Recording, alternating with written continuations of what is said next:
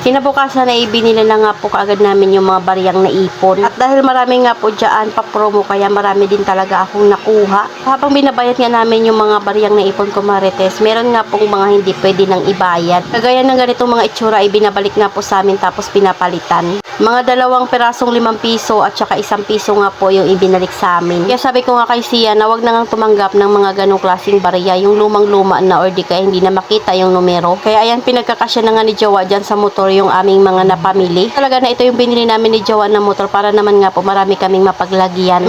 Gamit na nga rin namin ito sa aming munting tindahan ko, Marites, dahil dati nga po ay pumupunta dito si Jowa ay nagbabay. Medyo malayo kasi iyon sa amin. Kasi yan, kinabukasan naman nga po syempre at kailangan nating i-display yung aming mga napamili. Pero bago ngayon, ayan, nagpunas na nga muna ako dito ng mga alikabok dahil talaga naman pag may tindahan kayong alikabok hindi rin nauubos. Wipes na nga lang din talaga yung pinupunas ko. Nga nagtatanong kung bakit nga walang langgam itong aking munting tindahan. Madalas din talaga ako magpunas or maglinis. Itong mga toothpaste nga ay gugupitin ko na yan lahat, pati itong mga sabon. Madalas kasi din talaga ito yung nadadali na pag binigay mo nga or pag may bibili ay talaga namang napupunit. Punasan ko na muna ito kung saan ko sila ilalagay. Minsan talaga ay nakakatamad gumamit ng basahan dahil kailangan mo pang labhan ng paulit-ulit. Lalo na nga kung nakaupo ka na sa tindahan mo, abay tamad ka nang tumayo. Kaya ayan, madalas na nga pong ginagamit ko ay yung wipes. Pati naman na kasi siyang may sabon, kaya okay lang. Ako ang pinutol dyan ay yung mga sabon, pero i-refill ko rin naman yan kung saan sila dapat nakalagay. Din itong mga toothpaste, ayan, talagang kailangan mo lang din talagang mag-ingat sa pagtanggal ng mga scotch tape dahil maaari kang madali at talaga namang mapupunit, abay lugi ka na. Init ngayon kaya naman talaga mabenta yung ating mga soft drinks, pati na nga rin pati tubig. Ito na pala ako nag-ayos sa harap ng tindahan kasi nga may ginagawa doon sa lamesa namin. Ayan, kailangan ko na naman nga mag-refill ng mga gamis. Kahit nagmahal na nga yung gamis ko ay mabenta pa rin naman. Kakalahati na nga lang po yung laman nila. Tanghali na ito ko, Marites, kasi tanghali na nga rin pa ako gumising dahil nandito naman si Jowa. Siya ngayon nagbukas ng tindahan at yung iba naman nga po naming pinamili na kagabi ay ni-refill niya na rin sa ref. Pero ito na nga lang yung mga hindi niya pinakaialaman kasi syempre feeling vlogger tayo, kailangan natin kuhaan niya ng video. Kaya lang yung mga maiinom nga kagaya ng Yakult, Dutch milk, meron na nga rin kasi naghahanap tapos naubusan kami kaya ni-refill niya na para lumamig. Dahil mainit nga ngayon talaga namang mabenta yung mga soft drinks. May mili pa nga kami ni Jowa kaya kailangan na nga namin ayusin yung mga napamili namin kagabi. Kasi kung hindi, matatambakan nga po kami ng kailangang i-display tapos liliit nga yung space. Sisikip dito. Dahil alam nyo naman na maliit nga lang po itong bahay namin. Lalo na nga dito sa baba dahil may tindahan. Yun na nga lang talaga may taas na kami at lumawak na nga rin po yung taas namin. Ayan, natapos ko na nga gupitin yung mga toothpaste. Dito naman nga po tayo sa gatas mag-display. Kapadami talaga yung kuha ko ng mga gatas, kape pag ganitong may mga free. Ito talaga kami bumabawi sa mga pa-free kaya kahit medyo mahal nga yung puhunan, abay kumukuha talaga ako niyan at mabenta rin talaga ito sa aking munting tindahan. Ayan, tinanggal ko na muna yung mga dating stock doon at nirefill ko na nga muna yung pinakalumang stock. Juice nga po ay may nakita ako 99 pesos lang at 6 na peraso na. Syempre at kumuha na nga ako dyan. Isang flavor dahil naubusan na nga rin po ako ng ganyang flavor ng mga juice. Mas gusto ko rin talaga na ako namimili kasi nga nakikita ko nga yung mga promo. Syempre yun ang lagi nating pinipili. Kahit wala sa listahan, pag may promo at may pa-free ay talaga namang kumukuha pa rin tayo. Syempre kailangan natin tingnan kung matagal pa mag-expire para naman hindi tayo lugi. Ito naman nga po yung mga kinukuha ko ay hanggang 2027 pa naman. So ayan na nga po yung itsura ng aking mga gatas kaya nag-refill na rin ako. Doon ako nga itong mga napamili kaya kinuha ko na iyan. Yan naman nga po yung ni-refill ko doon sa lagayan or sabitan. Yung nakasabit, yun naman nga po yung i-refill ko doon sa mga organizer. Gusto ko nga pong nakalagay talaga ito sa organizer kasi nga mas mabilis magbenta at hindi na nga kailangan mag-antay ng customer ng medyo matagal. Nga po itong mga gunting ay bay madalas nga po itong mawala. Pag kailangan mong magupit, abay hindi mo nakikita.